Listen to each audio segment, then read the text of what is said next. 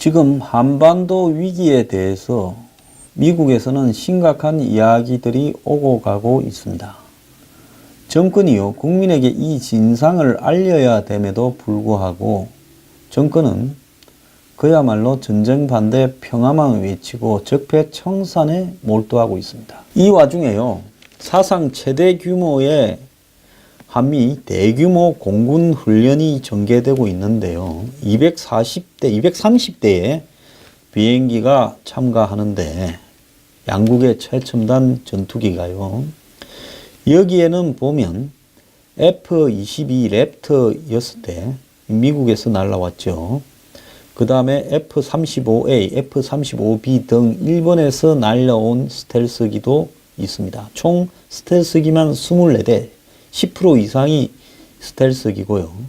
그 다음에 전략 폭격기인 비완비 랜서 괌에서 왔지요.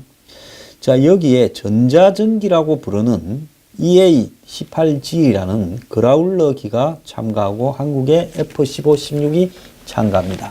미국이 수백 개의 북한의 공격 목표에 대해서 폭격을 하기 전에 EA-18G 그라울러가 먼저 날아가서 북한의 모든 레이더나 통신 시스템을 마비시키는 역할을 하는 최첨단 이런 전투기라고 봐야 됩니다.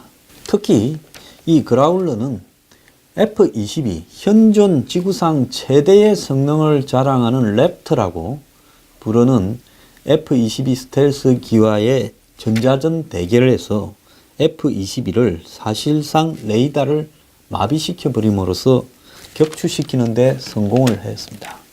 그래서 미국이 전자전기를 갖다가 이렇게 등장시키고 있다는 것은 결국 북한에 대한 실제 공습에 대한 어떤 모의 훈련이다라고 봐야 되겠죠.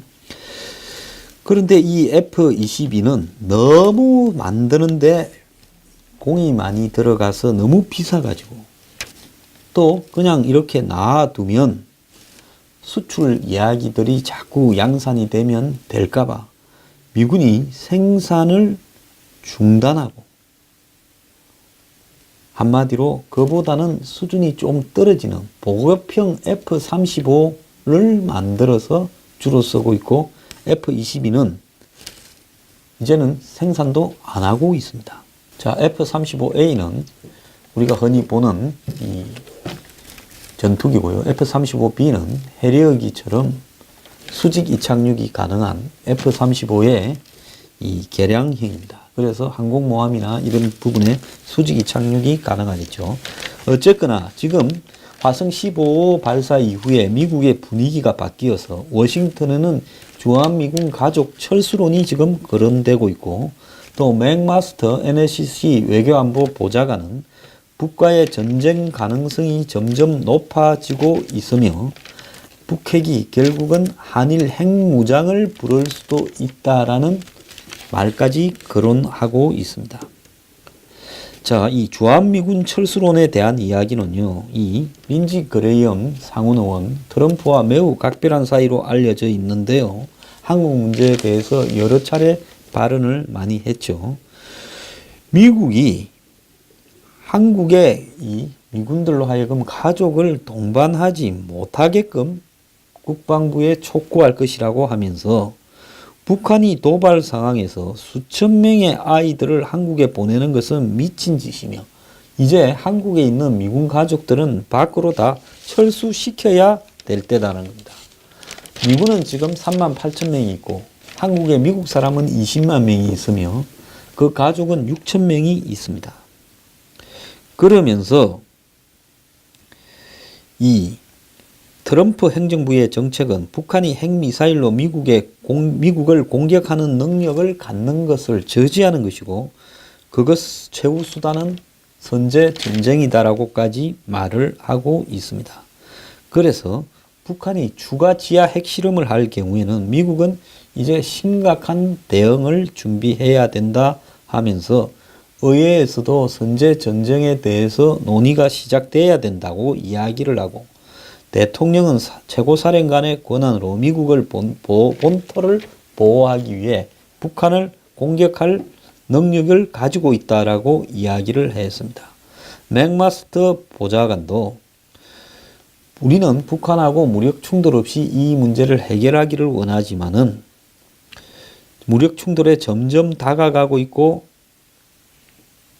남은 시간이 별로 없다라고 이야기하면서 어제는 폭스뉴스에 출연해서 북한의 의도는 핵무기를 가지고 협박을 해서 한반도를 통일하는 데 있다. 뭘로? 미군을 철수시키고 적화 통일하는 데 있다. 미국은 정확하게 보고 있습니다.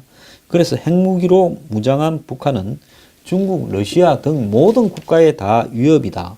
그런데 중국과 러시아가 북한을 갖다가 막아주고 있는데 중국과 러시아는 한국과 일본이 핵무기로 무장할 수 있는 잠재적 위협도 안고 있다면서 동북아 지역에서 핵무장 도미노 가능성을 이제 언급하기 시작했습니다.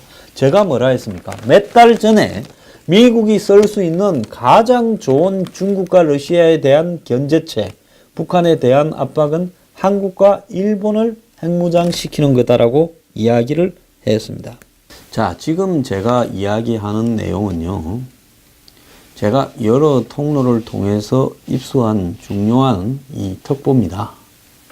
그래서 미국에서 지금 한국 문제에 대해서 어떻게 논의되고 있는가에 대해서 미국 정부의 시각의 일단을 갖다가 암시하는 내용들을 제가 가진 라인들을 통해서 확보를 했습니다. 솔직히 미국 정부 내에 지금 북핵 문제에 대한 의견이 통일되지 않은 전제하에서 이 이야기를 하도록 하겠습니다. 자, 매우 중요한 거니까요. 많은 사람들이 한국의 현실을 파악하는데 이 문제를 좀 공유하시기를 바랍니다. 미국의 국방부와 국무부는 지금 북핵을 해결하는 데 있어서 입장이 서로 다릅니다. 트럼프가 무슨 비책이 있어서 어떤 사람들은 제가 이 이야기를 하고 나면 네가 트럼프를 모른다. 트럼프는 수가 더 있다 하는데요. 그런 거 없습니다. 뭔 비책이 있어서 왔다 갔다 하는 게 아니라 사실은 어째야 될지를 몰라서 자신의 성격 때문에 왔다 갔다 합니다. 최근에 미국 국무부가 트럼프한테 보고했던 내용이라는 부분이 지금 밖으로 좀 나오고 있는데요. 자, 한국의 문 대통령이 진중 친북 정책을 쓰고 있다. 그래서 한국민의 68%는 미국의 핵무기가 한국으로 전술 핵무기가 재반입되기를 희망하고 있고 60%는 자체 핵 개발을 희망하고 있다. 그런데 한국에는 불행하게도 이걸 끌고 나갈 보수 세력의 구심점도 없고 한마디로 보수 야당들도 재구시를 못하고 있다. 그래서 한국의 야당의 현 상황을 볼 때 이 국면에서 정치적으로 돌파할 능력도 없고 또 국민의 지금 안보에 대한 우려를 담아낼 수 있는 구심점이나 대한 세력도 없는 걸로 보인다. 즉 한국의 이 야당의 형태로 봤을 때는 지금 한국 국민의 안보에 대한 우려를 이들이 대신 맡아서 수행해야 되는데 현재 이들의 하는 행태를 보면 그를 위인들이 못 된다라고 규정을 짓고 있습니다. 그리고 중국과 러시아 등을 견제하기 위해서 쓸 수 있는 가장 유용한 수단은 한국과 일본을 핵무장시키는 데 있다고 본다. 근데 일본이 과거 이 핵 피폭을 당한 바가 있기 때문에 일본에는 핵에 대한 트라우마가 있기 때문에 한국이 총대를 먼저 메고 핵을 갖다가 무장하겠다, 핵무장을 하겠다 해야 되는데 문 정권이 이걸 할 것으로 보이지 않는다고 미국은 지금 그나마 온건한 국무부가 이렇게 판단하고 있는 것 같습니다. 그래서 주한미군 주둔 자체가 미국으로서는 충분한 핵에 대한 억제력이다 라는 걸 한국 국민에게도 알려야 된다. 그리고 이런 상황들에서 좀 안심을 시키기 위해서 필요한 한국에 해줄 수 있는 일들은 나토식의 이 전술핵에 대한 지휘권과 통제권을 공유하는 것밖에 없는데, 그런데 소련이 나토를 공격하거나 이럴 때는 시간이 좀 있지만은, 러시아가 나토를 공격하거나 이럴 때는 한국은 북한과의 거리가 너무 짧아서 과연 북한이 핵을 발사하거나 이랬을 때 그 짧은 시간에 핵에 대한 지휘 통제권을 공동으로 행사하고, 또 미국과 이것이 시차가 다른데 조율이 가능할 것인가 하는 실질적인 문제를 좀 더 검토해야 된다. 그런데 미국 국회 내에도 한국의 전술핵을 재배치해서 나토식 공유하는 부분에 반대가 많으나, 미국이 한국에 이런 나토식 핵 공유를 제안을 했을 때 과연 이것이 통할 수 있겠는가? 현재 한국의 정부로 봐서 향후 북한의 위협이 가중되면 가중될수록 한국의 문재인 정부는 소수의 대변자가 되어 갈 것이다. 이렇게 지금 보고 있습니다. 저희 소수의 대변자라는 것은 한국의 국민의 다수는 핵이라도 무장을 해서 북에 대응을 해야 된다는데 절대 핵은 안 된다라는 소수의 대변 역할을 해 나갈 것이다라는 거죠. 자, 그렇다면 지금 나토식 공유를 검토하면서 당장에 할 수 있는 우리의 북한에 대한 억지력은 무엇인가? 자, 그것은 SSBN. SSBN이라는 것은 즉 SLBM을 발사할 수 있는 핵을 탑재한 핵추진 잠수함을 SSBN이라고 합니다. 자, 그러니까 미국의 핵 잠수함이 핵을 가진 즉 SLBM 이 잠수함 발사 핵 탄도 미사일을 가지고 한국에 상당한 기간을 계속 지속적으로 교대하면서 머물게 해야 된다. 자, 우리가 한국의 땅 위에 핵을 갖다 놓는 부분이 한국 정부하고의 트러블로 쉽지가 않다면, 또 그것이 나토 공식 공유를 하는 것이 상호 의사 교환 과정에 또 그 시간 타이밍에 문제가 있을 수 있다면, 그 다음으로 이거는 계속 고려를 하되 현실적으로 지금 당장 우리가 할 수 있는 일은 핵을 실은 핵 잠수함을 한국 근해에 대부분 시간이 교대로 한마디로 이렇게 배치될 수 있도록 해야 된다. 또 거기에 대해서 지금 한미연합공군훈련에서 230대의 비행기가 동원되고 24대의 스텔스기가 등장한 것처럼 핵폭탄을 탑재한 전략 폭격기가 한국의 근처에 대부분의 시간에 배치되어 있어야 된다. 그러니까 해저에서, 하늘에서 핵을 가지고 있는 잠수함과 그리고 폭격기가 계속 대기하고 있어야 된다. 그리고 한미 간에 한마디로 이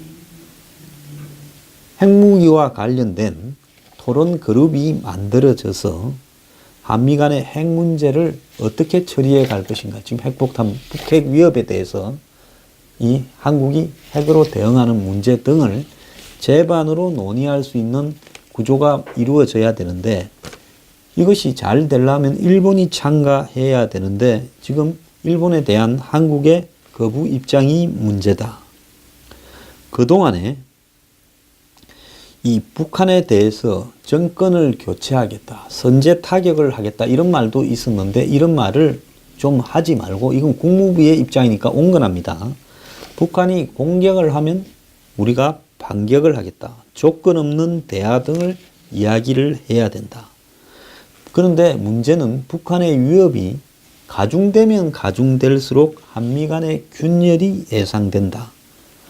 자, 이런 내용이 지금 국무부가 트럼프한테 보고하고 있는 내용이고, 여기에 대해서 미국의 국방부는 아직은 이 지금 국무부의 이런 내용에 대해서 전적으로 동의하고 있지 않고요.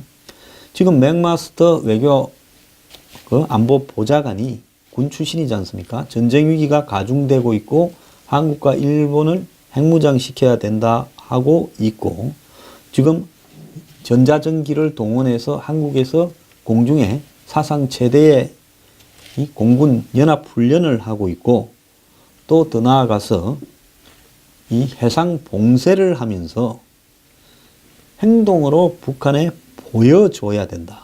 이런 입장을 지금 주장을 하고 있습니다. 공군 역시 해상 봉쇄, 그리고 최악의 경우에는 핵 배치, 이것이 지금 미국 국방부가 지금 행동으로 북한에 대응해서 보여주고 있는 현재까지의 대략의 계획입니다. 자, 지금 이 부분과 관련해서 트럼프 국방부 국무부 간에는 의사 공유가 확정되지 않아서 지금 여러 가지 이야기들이 서로 진행되고 있는 단계다. 이렇게 봐야 될 것 같습니다. 지금 얼마나 이 위험한 순간이 지나가고 있는데 가장 걸림돌이 한국의 정권이다라는 것이 미국의 시각입니다.